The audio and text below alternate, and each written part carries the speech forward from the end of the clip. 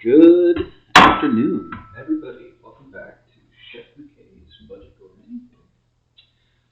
It's the New Year's special episode. So we're starting a little early and we're doing a little out of a sequence. I normally do things on Saturday, of course, but today we're going to do things just a pinch early so that we can get some party foods shown and ready to go.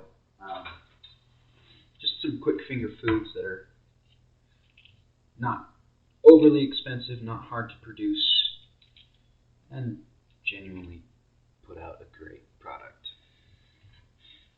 First thing we're going to be cooking today are a variation of jalapeno poppers, bacon wrapped jalapeno poppers, and we'll also be doing a single tray of not bacon wrapped jalapeno poppers for those of you who are not into bacon. My variation, I don't use cream cheese. Nothing wrong with cream cheese in your jalapeno poppers. There's better cheeses for it, and I genuinely prefer the recipe that I use, that I'll be showing you today, as opposed to straight jalapeno poppers. So the very first thing you want to do is you want to get your fresh jalapenos and de-seed them, making sure you get all the seeds out of them,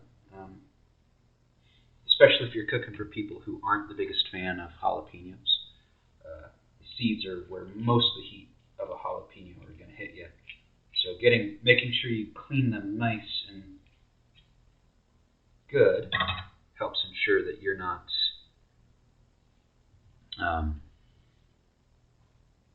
overwhelming your guests who are more sensitive to cow spacing.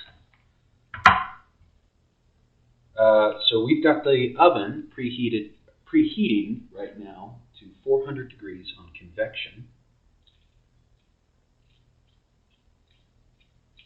And once we get our jalapenos cleaned and gutted, I'll be showing you how I make my filling. It is a little bit more expensive than the straight cream cheese jalapeno poppers, because it is a higher quality cheese that you're using. But I think it's worth it, as it doesn't stick too much. That was always my complaint with, or stick to the top of your mouth like cream cheese does. That's always been my complaint with jalapeno poppers. I love jalapeno poppers, but I think the cream cheese sticks to the top of your mouth a little too much.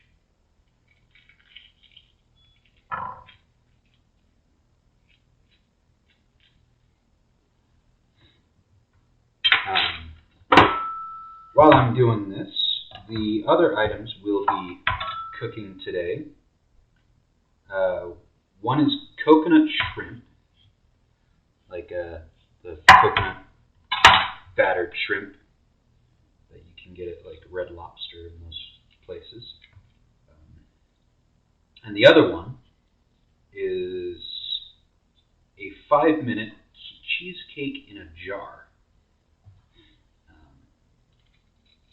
which is a fun little recipe that I enjoy making every so often for myself, even when I'm not on camera. It's a great little, it's super easy, so it's a great recipe to add into a lunchbox for when you go to work.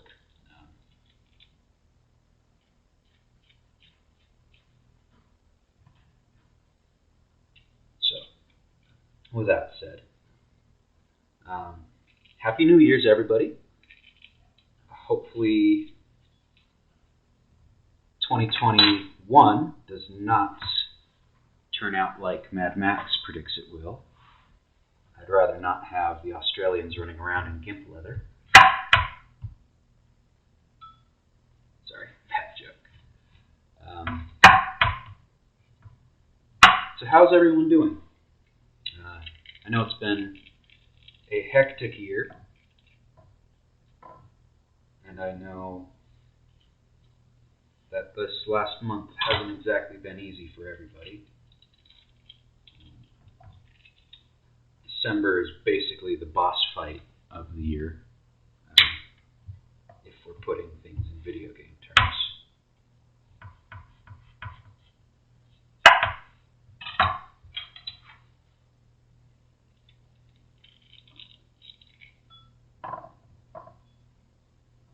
But hey, we're almost done.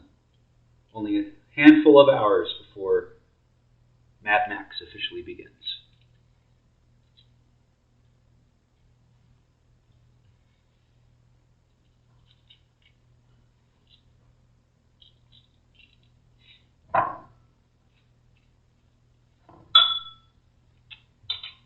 So now that we got our jalapenos de-seeded, we can go ahead and just get rid of those.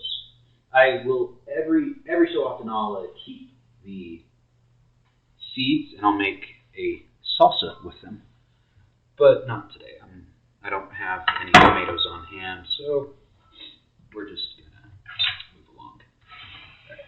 So first thing we're gonna need for this variation on jalapeno poppers is 1 cup of whole ricotta cheese. Ricotta is one of those really soft, creamy cheeses. Not quite cream cheese, but very, very soft.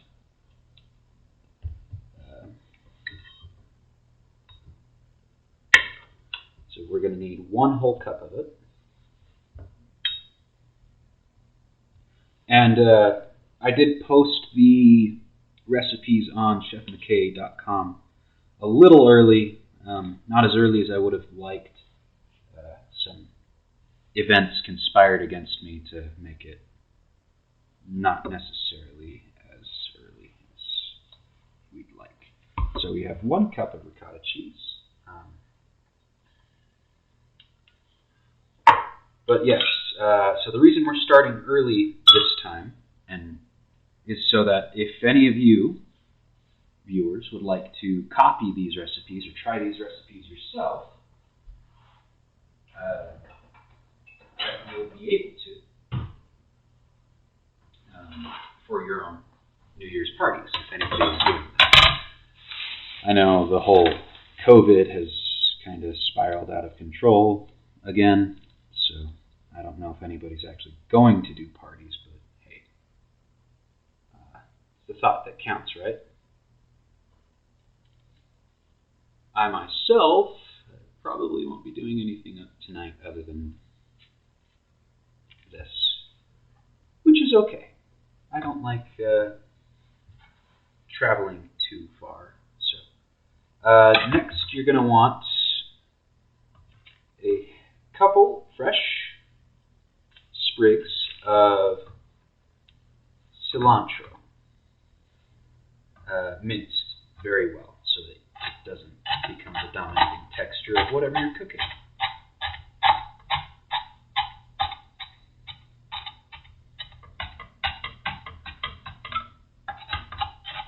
I'm hoping YouTube will let this video propagate quicker than the other ones I've done, so that I can, if there are people who have missed the entry into the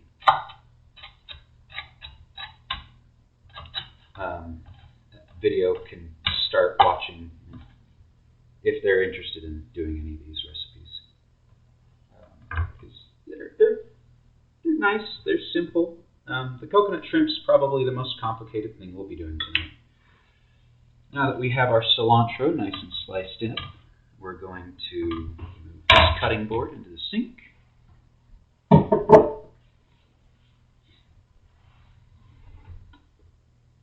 And we're going to grab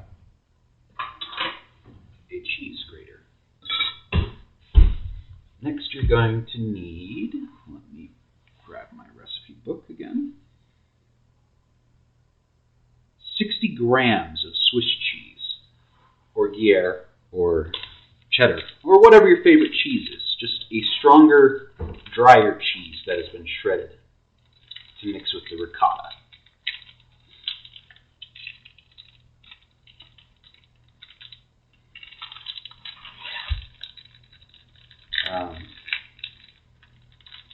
I suppose you could use Parmesan, but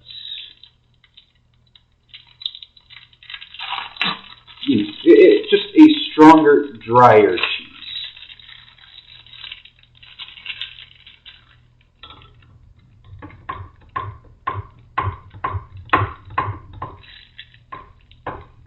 You want to give that a nice helping so that when you mix it all in, you don't have any chunks that are just ricotta, but you don't want to have any chunks that are just Swiss either.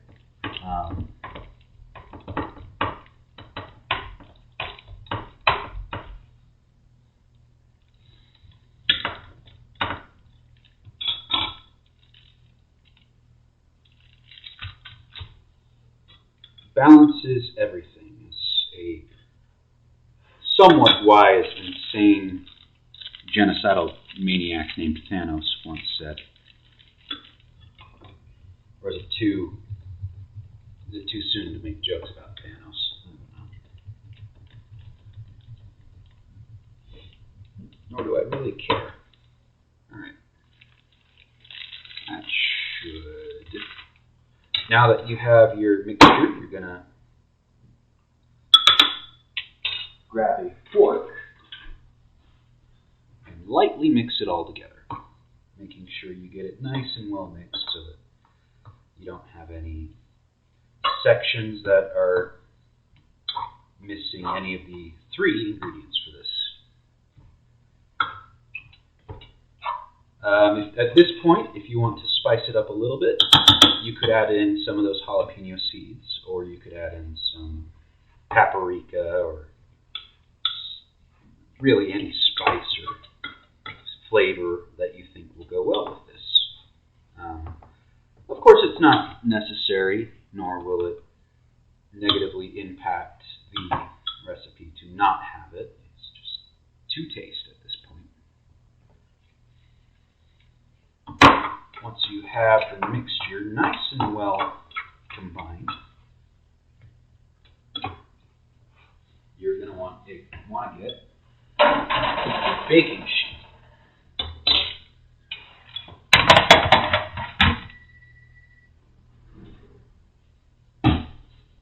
And get some tin foil.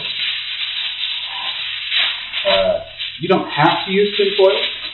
All it does is help keep the jalapenos and the bacon from sticking to the sheet and make it a little easier to do dishes once the jalapenos themselves are fully cooked.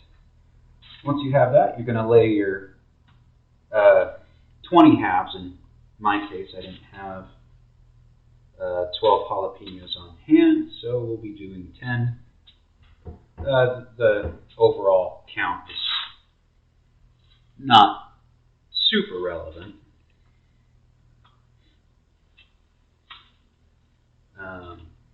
If needs be, you can, or you might need to get a second tray.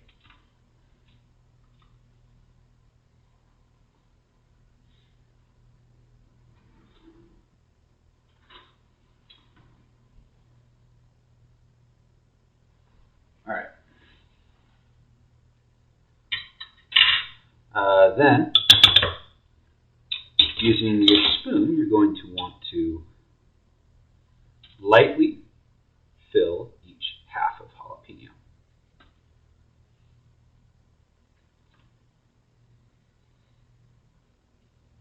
You don't want to overfill them because that will make a mess and it's just poor form, but you don't want to underfill either, which is for the same its poor form.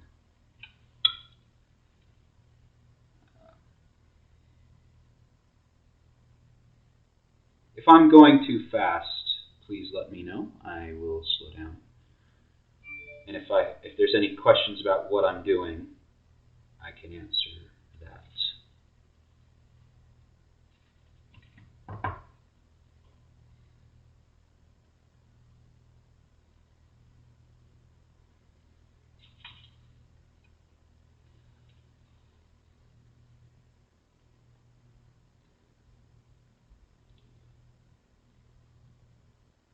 So you want to make sure you get a nice even filling for each jalapeno.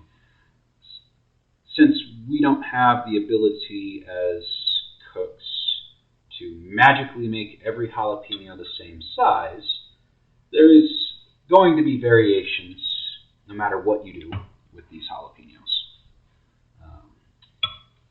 Unless you were to spend hours upon hours going through every single jalapeno at a grocery store to get exactly the same size of jalapeno every single time. You're not going to be able to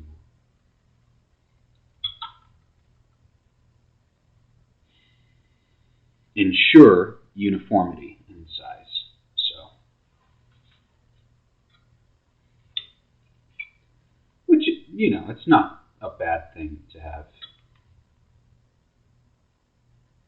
You just want everything to be as close as possible if you can.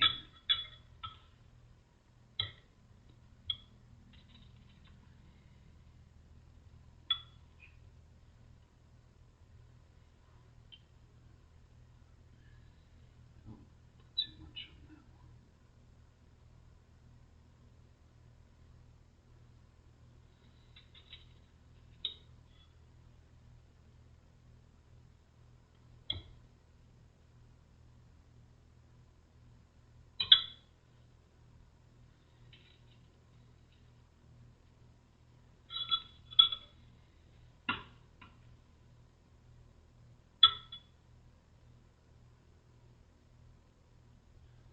You don't have to make the cheese filling 100% flush with the jalapenos top, because you will be wrapping it in bacon. So it just helps keep things a little bit more even if you do.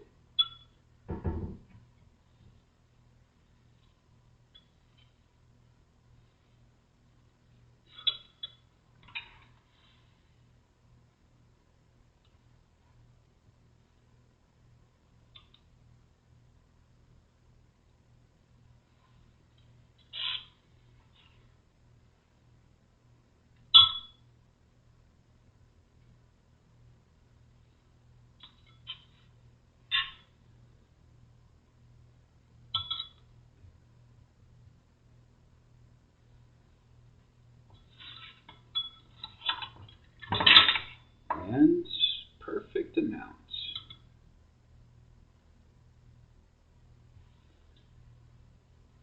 All right. Now, you're gonna take your bacon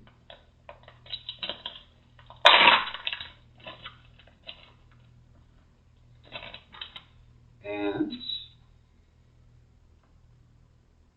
tightly wrap each popper in one slice of bacon. If you don't do pork, I recommend turkey bacon. I actually kind of prefer turkey bacon to regular bacon. It does have the added cost, so just be aware that turkey bacon will increase the cost of your jalapeno poppers. It won't decrease the quality. Arguably, it will increase the quality. But it's not the end of the world.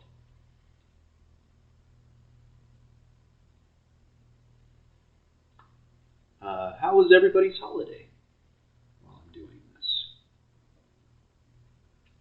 I'm hoping nobody had any tragedies pop up.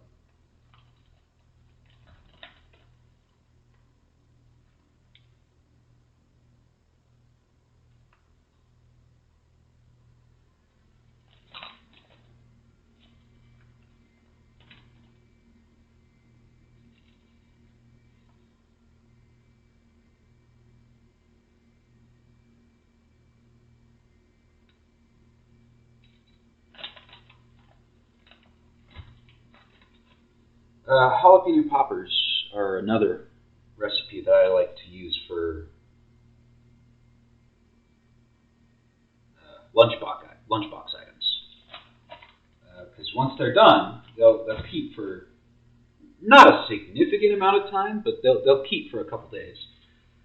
And they are easy to prepare, they're cheap to prepare, and they don't leave you unsatisfied most of the time.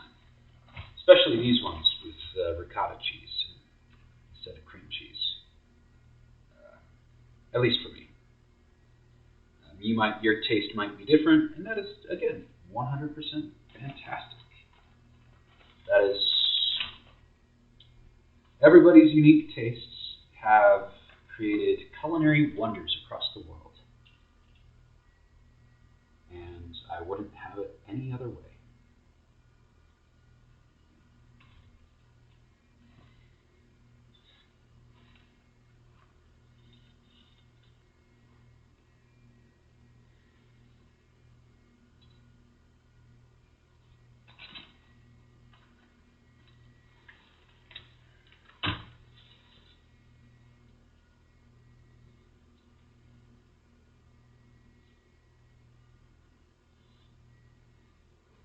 I'm curious if any of you watching have tried any of the recipes I've done in the previous streams.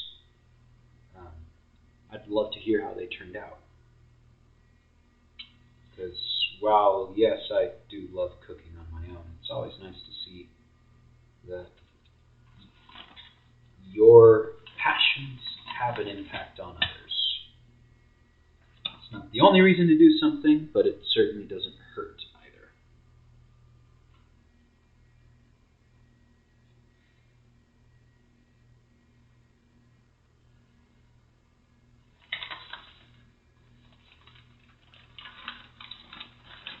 Trying to think of what other holidays I might.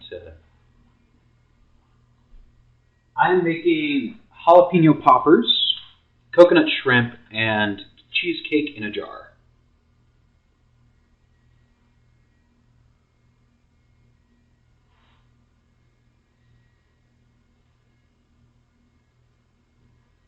So these jalapeno poppers are a unique recipe. Not unique to me, but it's the recipe that I choose to go with by pure virtue of it arguably being a superior recipe to the standard jalapeno popper, which is ricotta cheese, Swiss cheese, and cilantro as the stuffing rather than cream cheese.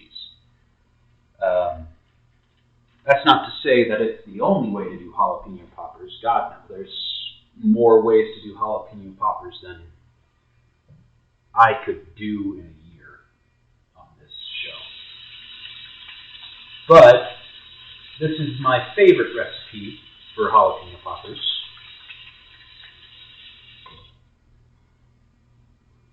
And it's not overly expensive, so I figured I'd show you. This is not a breaded popper recipe. I genuinely do not like breading jalapenos. That's just me, though. But here we have all of our jalapeno poppers. We were short one slice of bacon, but that's fine. I actually don't mind having some that don't have bacon. So this is going into the oven for, which we've preheated to 400 degrees convection. And it's going into the oven for 20 to 25 minutes until the bacon is golden and crispy.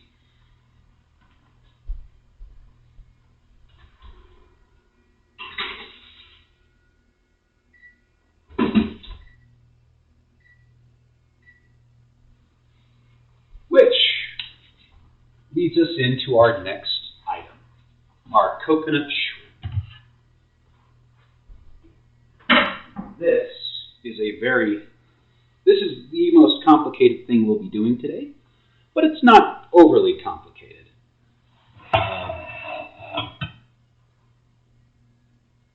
It just requires a little bit more time than jalapeno poppers or 5-minute cheesecake in a jar.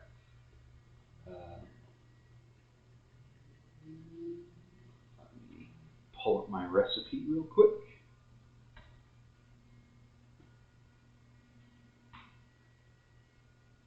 Alright, so for this recipe, first things first, you're going to need 6 large eggs.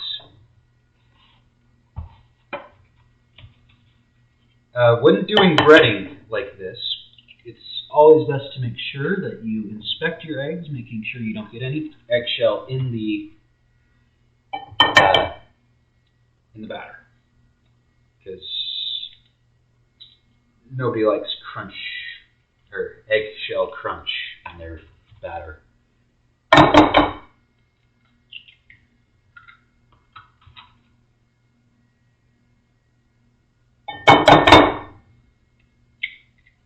Or if you do, well, I'd love to hear why, because I've never heard someone tell me they like eating eggshell. So, except for dogs, but dogs will eat anything.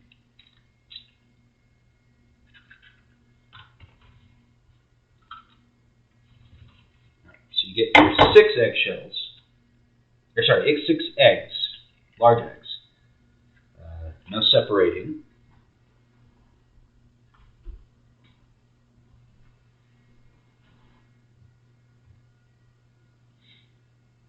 Then you're going to season it with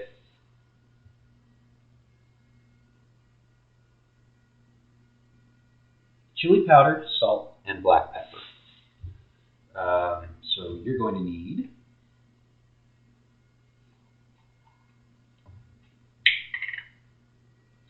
1/2 teaspoon of chili powder. Today we will be making use of cayenne pepper as our chili powder. I don't have 1/2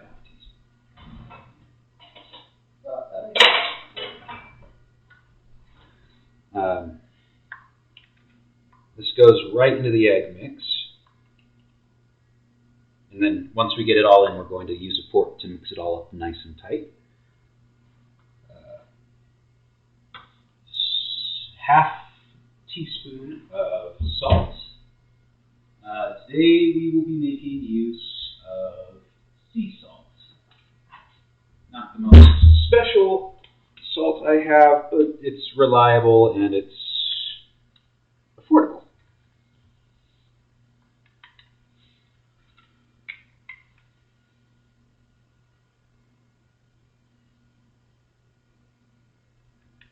And it doesn't have an offensive taste like other salts I have.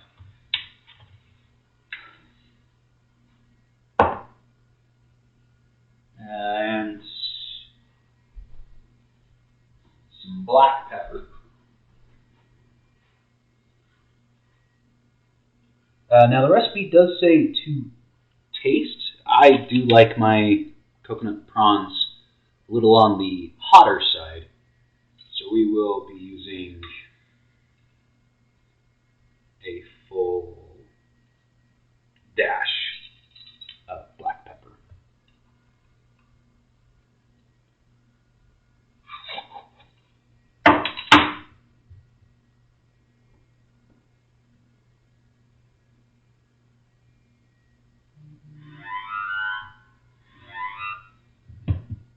Thought I had that on silent. Alright. So after you get this all mixed up, using a fork,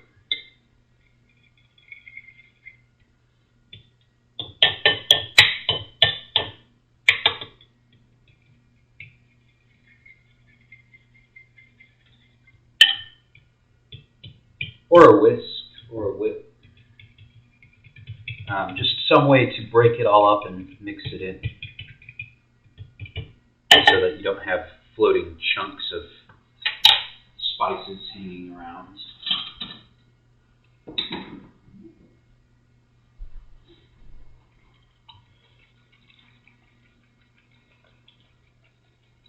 So once you get this all mixed up, you're going to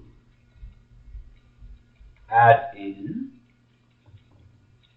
some other ingredients. So make sure you have a bowl that's large enough to accommodate both the large amount of eggs, the spices, and the incoming flour, tartar sauce, or cream of tartar, and baking soda. All right. So you need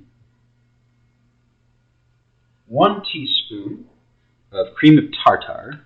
This is a leavening agent. It helps things become fluffier and lighter. I don't know how. That's some chemistry that I actually don't have under my belt. But I do know that it works quite well. Looks like I might have to run into my pantry to grab some more cream of tartar. I'll be right back.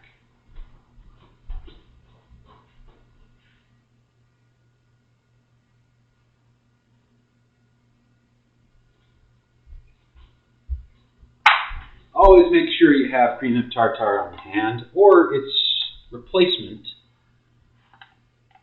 ingredient, which is apple cider vinegar. I actually don't like using apple cider vinegar. At least not in place of cream of tartar. I think it gives whatever you're using it in a very strong vinegary taste, which is off-putting. Then you want a half teaspoon of baking soda. Not baking powder, baking soda.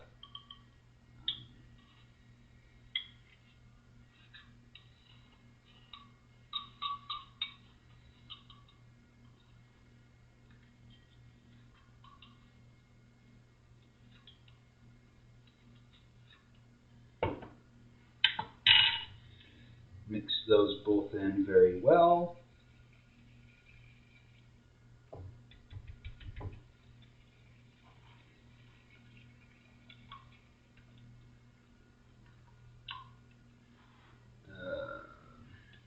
And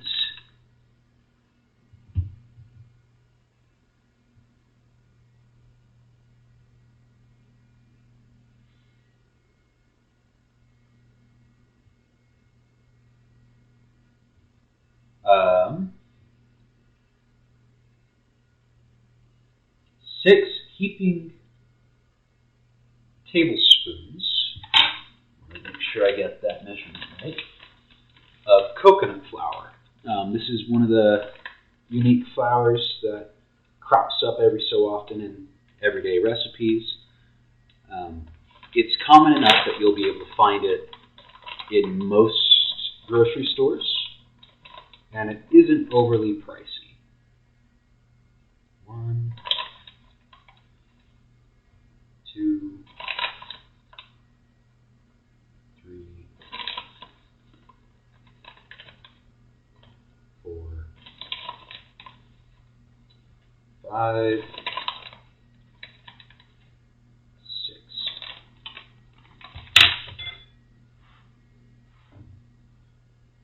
You want to mix that all up.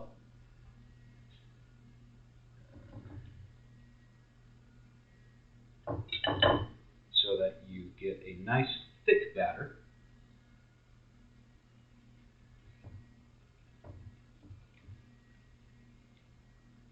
That's well mixed. I might need to get my immersion blender out.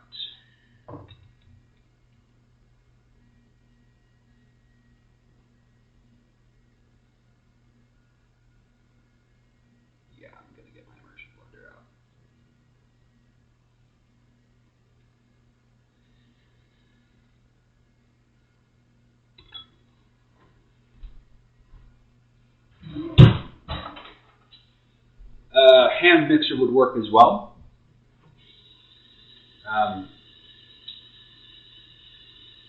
I will be transferring this into a larger bowl. This is a recipe I did make beforehand, so I know it works. I just overestimated the bowl size that I would need. Or rather, underestimated today. I originally used this. That's what we're going to transfer it into.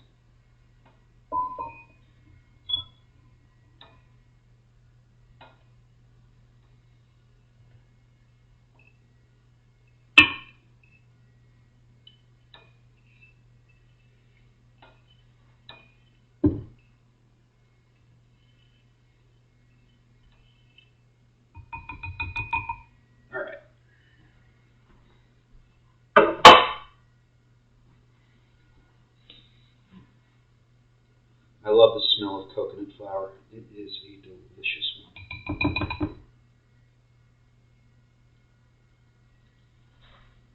Sadly, it's not quite as grippy as regular flour, which makes making bread with it kind of a pain.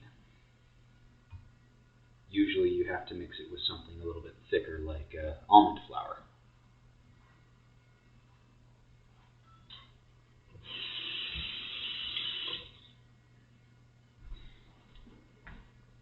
I just noticed my computer isn't.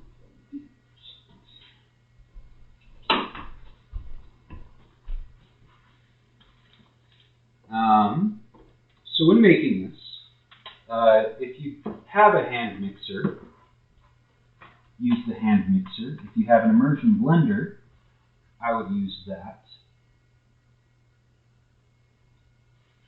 Alright, sorry about that. Had to make sure my computer didn't die midstream. That would have been embarrassing.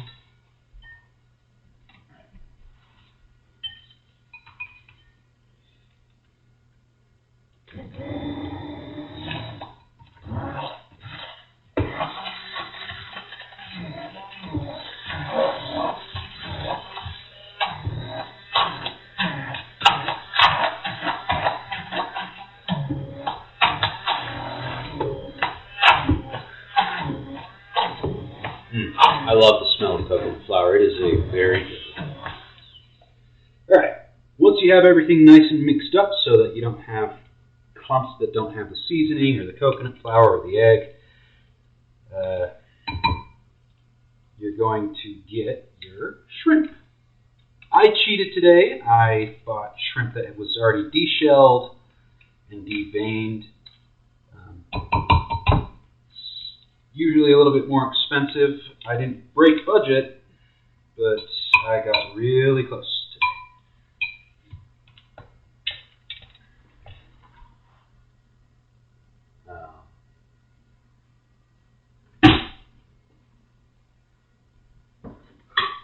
Alright. So you're going to take your shrimp and your batter, and then you're going to get a, I should probably get this going. You're going to need a pan that is deep enough to fry things in, and some coconut oil, or extra virgin olive oil, or canola oil, or whatever have you. I've done this recipe with multiple different types of oil. I find that coconut oil brings out the best flavor for the coconut, or for the coconut shrimp. So that's the oil I choose to use. Coconut oil is also nice because it doesn't really spoil. It will keep and keep and keep as long as you keep it cool. Unlike some other oils. It has lots of uses. Some I'm not 100% sure on, like, I don't know. I don't think it's medicinal like some people like to claim, but I'm not a doctor, I'm a cook.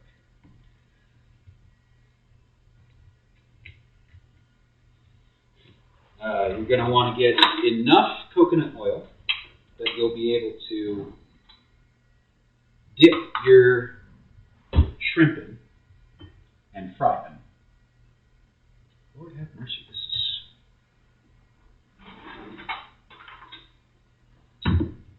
Okay, I guess we're going out this the hard way.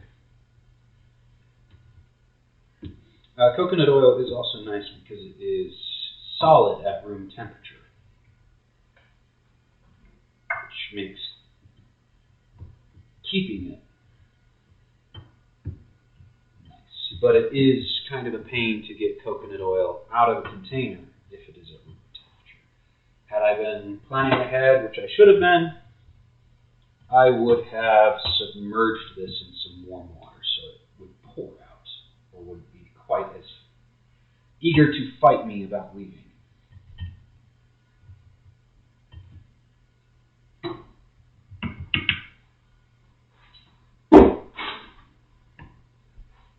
Alright.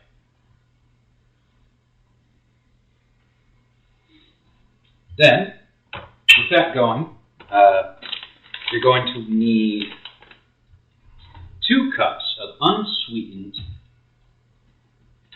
if you're like me and not looking for a sugar high,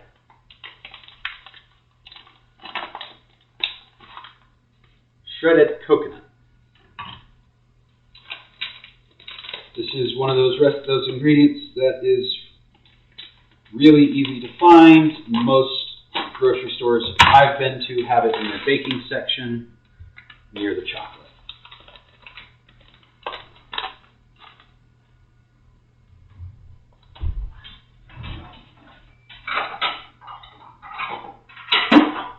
So,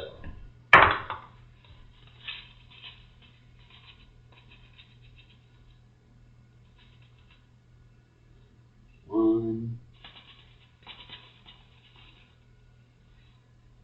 two.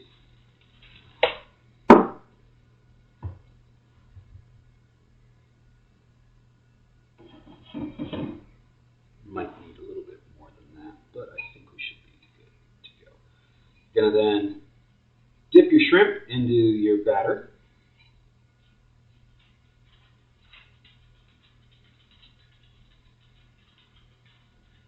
Add it into the coconut.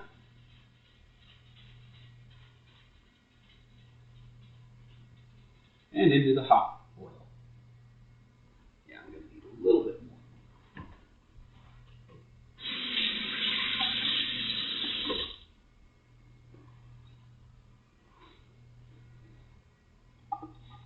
Just a little bit.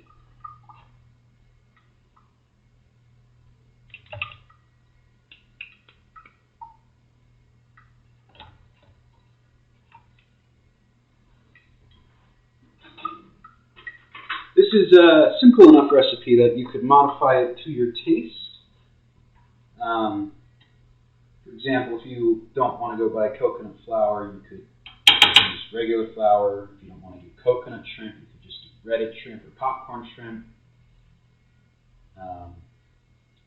It's an easy enough, simple recipe that has some intricacies to it because you are frying it, but it's not. Yeah, that should be enough. It's not so complicated that you'll find yourself overwhelmed by having to micromanage it. Be aware if you use the coconut flour, it is a little bit more hands-on than if you used a traditional flour.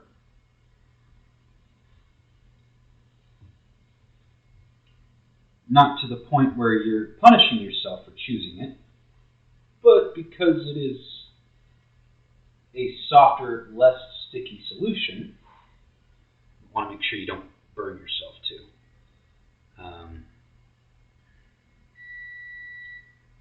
And there's the jalapeno poppers.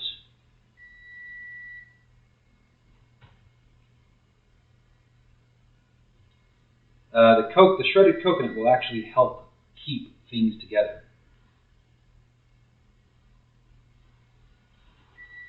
Get those out of the oven.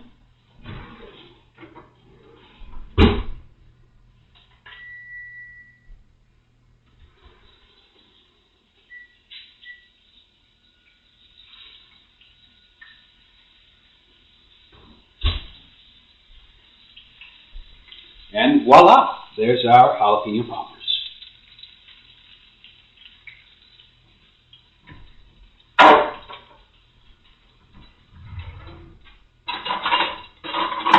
You're going to want to use rubberized tongs. Metal ones will work, but they have the potential to mangle the batter, which you don't want to do.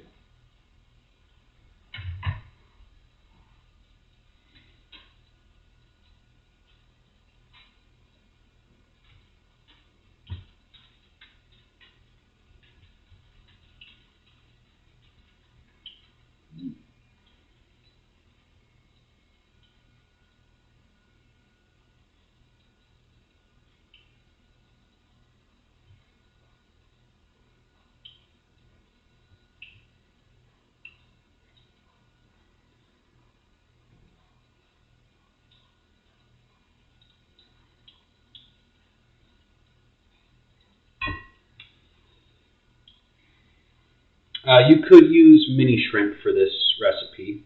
I prefer using jumbo shrimp. Start with the spatter, so I'm going to get my spatter screen out. That is a wonderful tool whenever you are frying anything, by the way.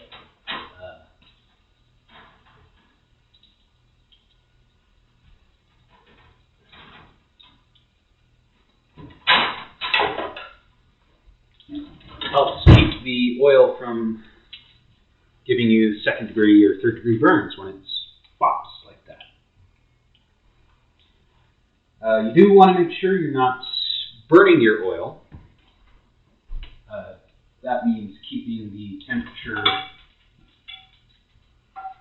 in check.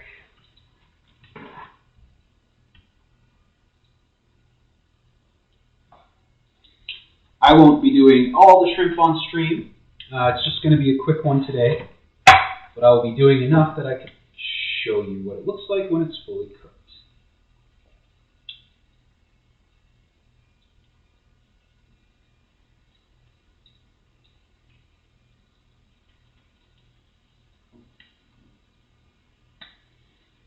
I will be doing the rest of these for my own food. I wouldn't necessarily recommend the coconut shrimp for a lunchbox item. It does have quite the shelf life, being a shellfish. And by quite the shelf life, I mean it does not last very long. So keep that in mind when you go to make this yourself. It is a use and do, or a cook and eat item. One you don't want sitting on your shelf in your fridge. It will make everything in your fridge smell like cooked shrimp.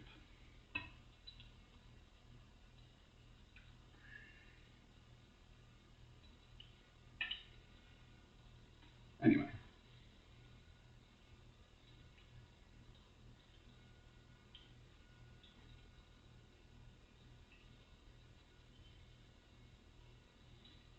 Once I get these first 6 shrimp cooked, I'll be moving on to the cheesecake in a jar, which is a very easy to do. And it doesn't have to be jarred. It can be mug, cup, anything that can hold the ingredients.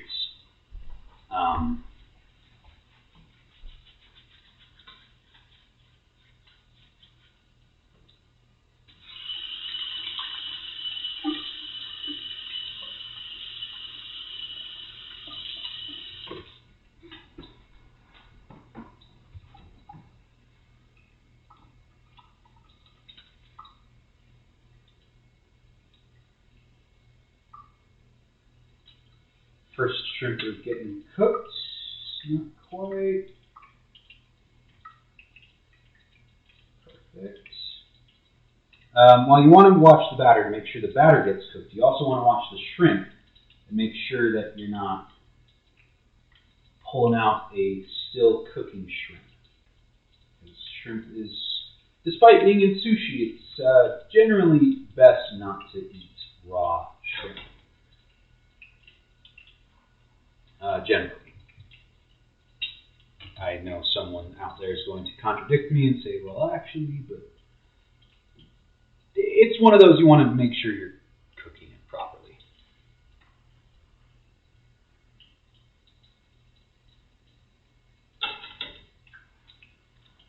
While those are sizzling, looks like our jalapeno poppers are coming along nicely.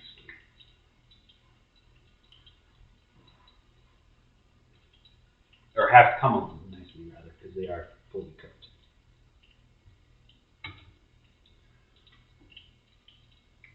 If you do decide to make this recipe at home,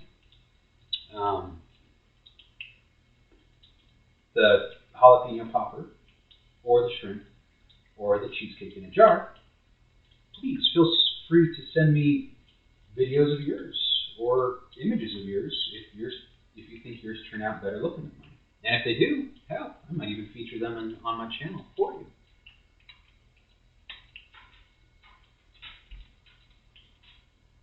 So while you're doing this recipe, there's a chance that a shrimp might fall apart. This I have found happens when you go to turn a shrimp a little too soon. It's not the end of the world. Ooh, that's hot. All right. There we have our coconut shrimp. I'm so tempted to eat one of these right now. I love these. All right. Last but certainly not least, we'll be making ourselves an easy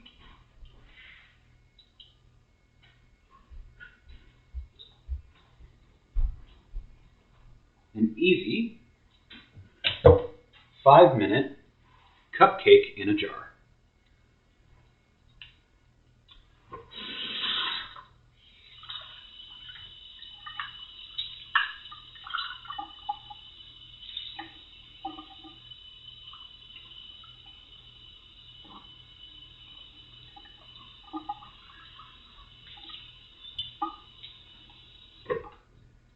Alright, so first things first, you're going to need 1 cup of cream cheese.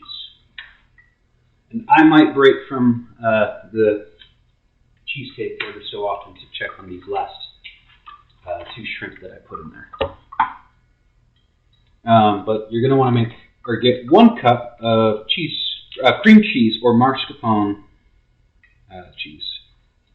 Mascarpone or mascarpone or however you pronounce it is a little expensive, a little too expensive to be making a party food with, unless you're in one of them hoity-toity fancy pants.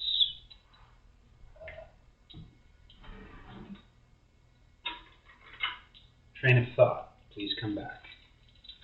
Unless you have excessive amounts of money floating around just for snack budgets. Cream cheese is usually the better option in this case. 1 cup usually comes out to about 1 bar of cream cheese. So, the recipe says that 1 serving size is 1 jar. I disagree with the recipe.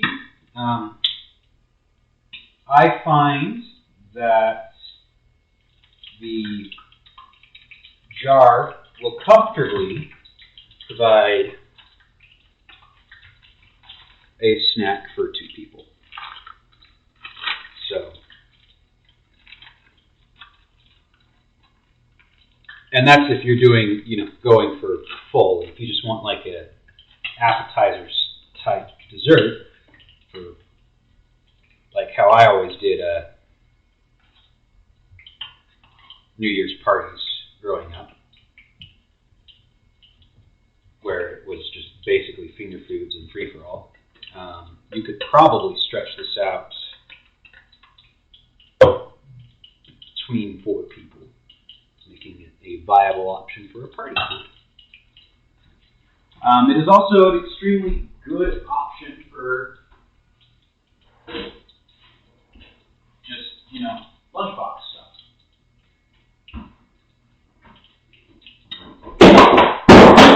Ow, that was not good. Okay.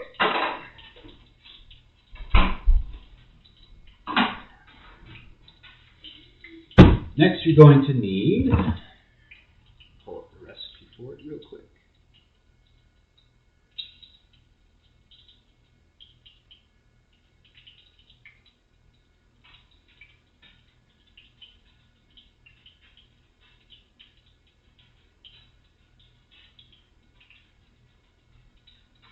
One cup of heavy whipping cream.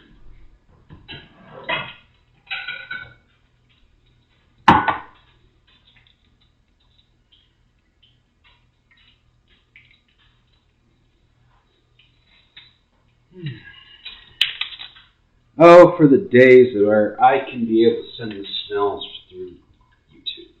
I guarantee the moment I do that YouTube lets me do that, I'll probably have one of the most popular, any cooking channel really will be the most popular channel on YouTube.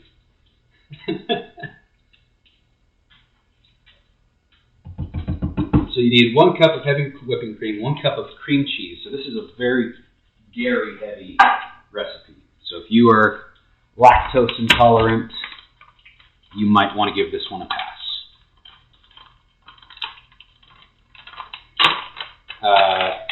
Next, you're going to need 1/4 cup of a powdered sweetener. Powdered sugar, powdered etriol, just anything that is powdered and therefore easy to dissolve.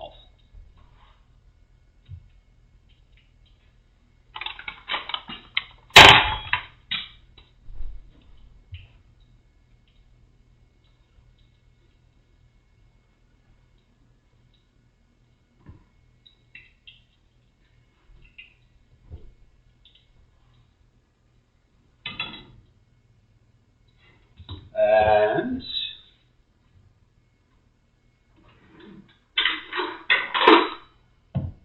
last but not least, at least at this stage, you're going to need an extract.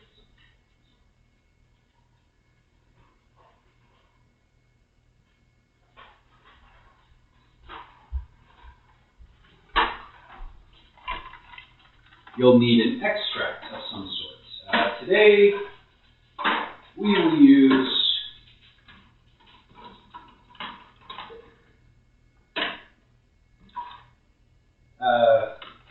just some standard vanilla extract. And you're going to need a 1/4 teaspoon of it.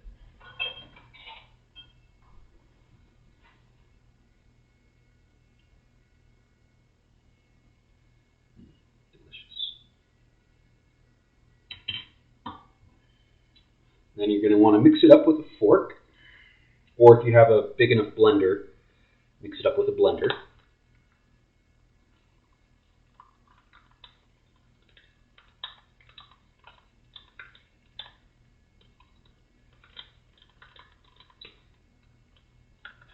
Just something to break up the chunks and mix it in nice and well. I actually might, just to save on time, I'm going to go ahead and break this bottle into blender mode and do it that way. Not that I don't like spending time with you all, I enjoy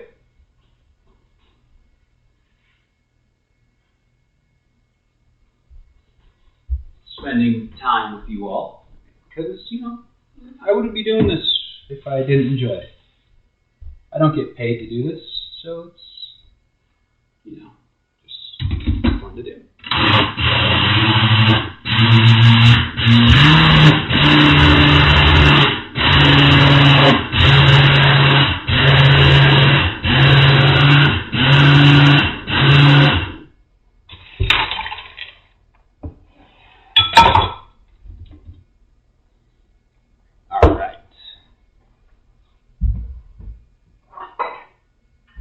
you get it nice and well mixed, you're going to take your cream cheese in a jar and pour it into an appropriate serving container.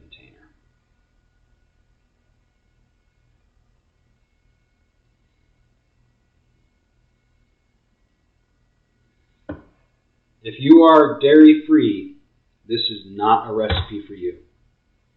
It is extremely dairy-rich, dangerously so.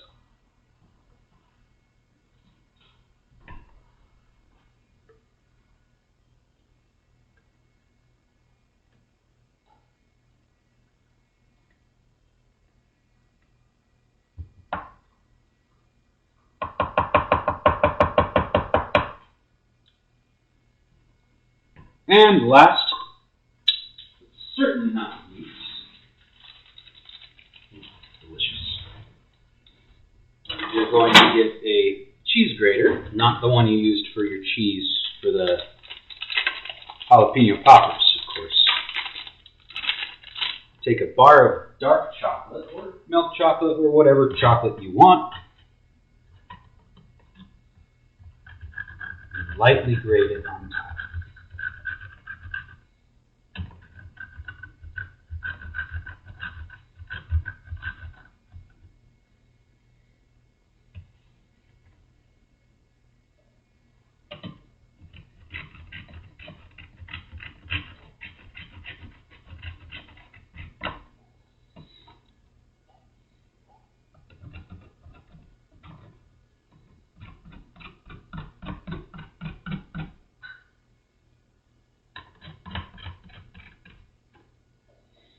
Alright, and there you have your 5-minute cheesecake in a jar.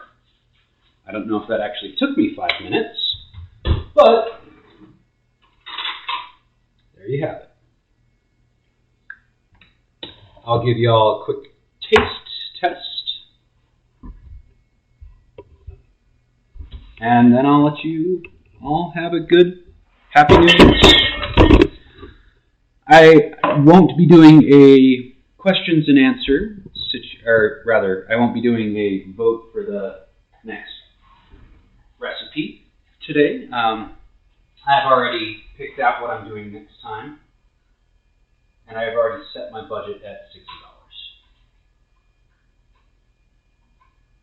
So I'm going to keep what happens next a surprise.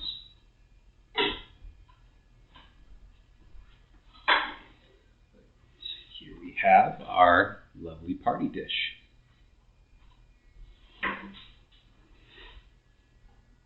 So, coconut shrimp.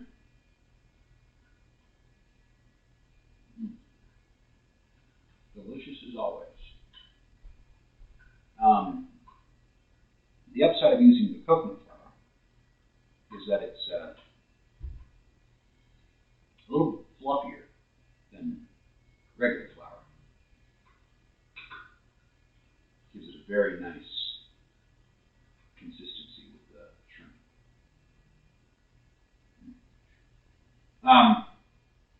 If I was going to put this out for guests, I'm not today, but who are I going to?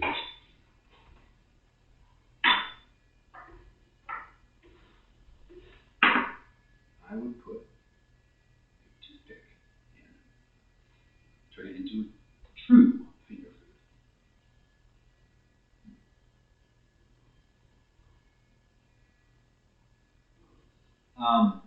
If you do make these, make a cocktail sauce or a stone ground mustard to go with it.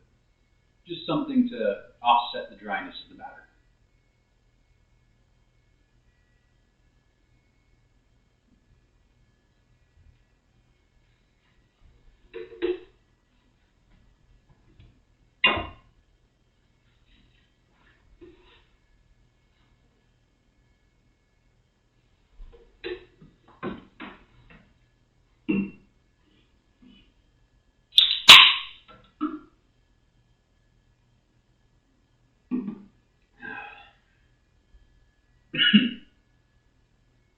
Onto the popper.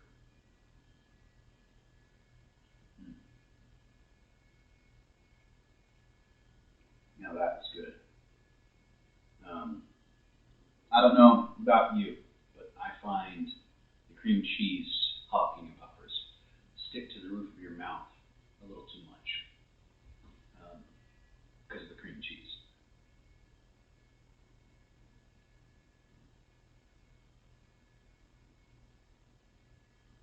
But this is fantastic. Doesn't stick, has more flavor. And again, if I were doing a party today, they'd all have a toothpick in them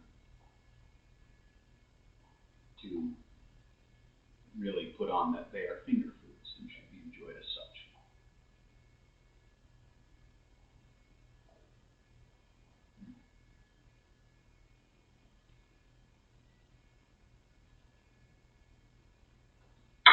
And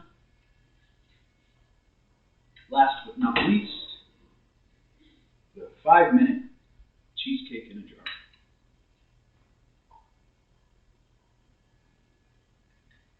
Very rich.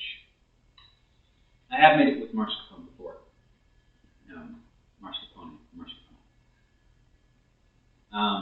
Doesn't come out quite as thick, but a lot richer. Something to keep in mind if you do decide to make it with mascarpone.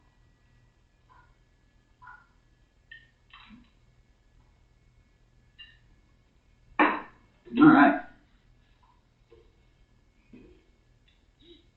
There will be full recipes of the meals we made today posted on Chef McKay. Right now, all the ingredient lists are on chefmckay.com. But the full cooking directions and all that will be available probably within an hour. So, with that said, thank you for joining me. I know it's been a little bit of short impromptu stream today, but I figured if anybody was going to tune in today, they were going to want quick, easy recipes because they're doing get-togethers and they want something that they can serve to their guests. So, with that in mind, I wish you all a Happy New Year's, and I will see you all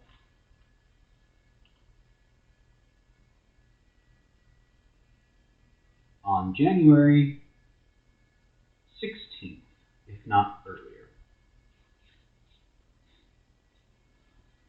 That's January 16th at 1800 or 6 p.m. Mountain Time. So, have a great day.